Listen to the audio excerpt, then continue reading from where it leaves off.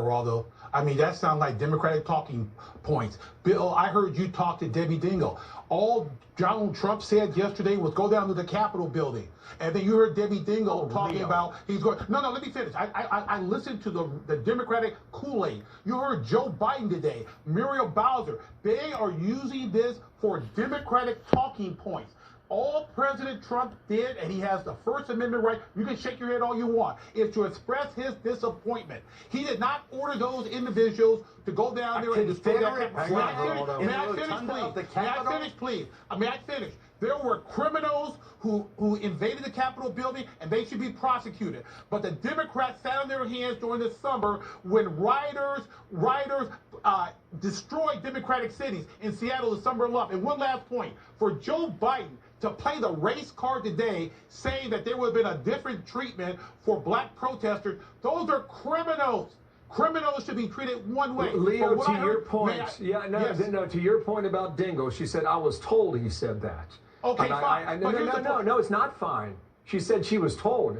Storming the Capitol never came out of his mouth. That was the point. That was the reason for the follow-ups. Go. It never came. Bill, when you say go down there, you say to that crowd, go down there. And Don Jr. says, go down there, let's go. And Rudy Giuliani says, what the hell do you think is going to happen when they get there? You can't prosecute anybody for that. There? You cannot prosecute anyone. Look, you're a lawyer, I'm a lawyer. When you light the fuse on a stick of dynamite and it blows up, it is your responsibility.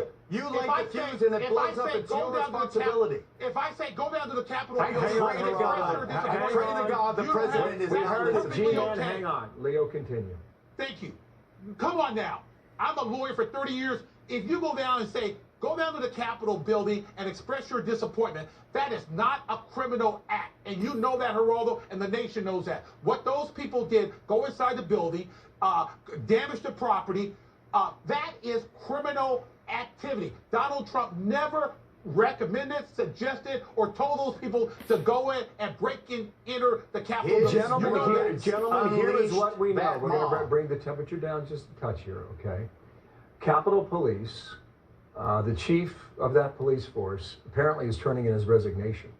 Geraldo, I don't know if you support that or not, but I mean, they were sending signals online going back weeks that they were on their way to Washington. This was a security failure as well, and there was an intelligence failure on this also. And the D.C. mayor has much admitted that today. Go ahead.